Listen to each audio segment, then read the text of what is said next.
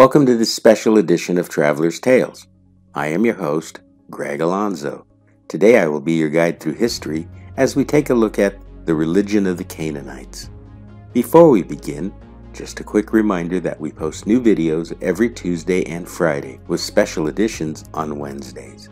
Don't forget to hit the little bell icon to be notified each time we post new videos. Moving right along, mythology tells us one thing, while archaeology tells us another. Before we discuss the religion of the Canaanites, we should begin by asking the question, who exactly were the Canaanites? The Canaanites were a Semitic-speaking people who in antiquity inhabited the land of Canaan, which is roughly present-day Israel and the Palestine territories. The Canaanites were also spread through western Jordan, southern and coastal Lebanon, and up to the southern border with Turkey. They are believed to have been one of the oldest civilizations in human history. It is interesting to point out that Canaan and the Canaanites are mentioned some 160 times in the Hebrew Bible. They are most mentioned in the Torah and the books of Joshua and Judges. Though these ancient people were widespread throughout the region, in biblical usage, the name of Canaan or Canaanites referred only to the area west of the Jordan River. The Canaanites were described as living by the sea and alongside the river Jordan. This passage can be found in the book of Numbers 13:29. Now we have a better idea of who these ancient people were. Let's take a look at their religion. The Canaanites avidly practiced polytheism and embraced more than 234 gods in their pantheon. These deities are recorded in the Ugaritic text, and these gods, unlike humans, were thought to have eternal lives. Who then was the chief god of the Canaanite pantheon? El was considered the creator of all, and his consort was Atarat, who was also known as Asherah. It is interesting to point out that El is typically shown as a seated male figure with his arms raised as if he's about to give a blessing. Asherah was often depicted as a sacred tree or Asherah pole, which stood near Canaanite religious locations to honor the Ugaritic mother. Next came the storm god Baal and his sister Anat. She was reputed to be the goddess of hunting and warfare, while Baal was reputed to be the master of storms, thunder, lightning, and air. He was known to have often used these weapons in battle.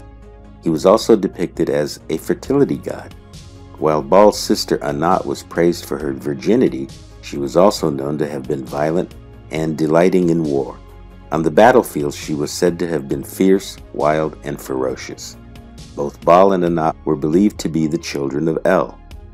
These are the chief deities of the Canaanite religion, and though they worship a pantheon of gods, it can be argued that these people practice monolatry. This is the belief in the existence of many gods with the consistent worship of only one deity. How then does monolatry differ from monotheism and henotheism?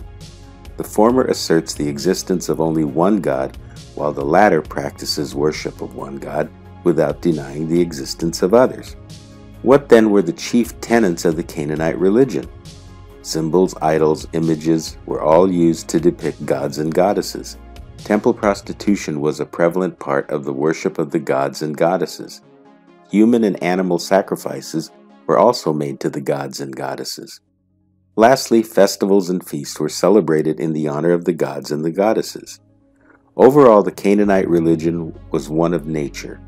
It was cyclic in that it followed the changes of the seasons. Their priests also performed rituals dedicated to continued fertility and the well-being of the people. This brings us to the end of the religion of the Canaanites. Thank you for joining us for this special edition of Traveler's Tales. Just a reminder that we now post new videos 3 times per week. Don't forget to hit the little bell icon to be notified each time we post new videos. We have also posted our email address and Instagram information. We enjoy hearing from our subscribers, so don't hesitate to contact us with any questions or comments you may have. If you haven't subscribed to Traveler's Tales, please do. This really is the best way to help our channel grow. Traveler's Tales will return with another special edition. Until we meet again at the crossroads of folklore and fact, Kartistos.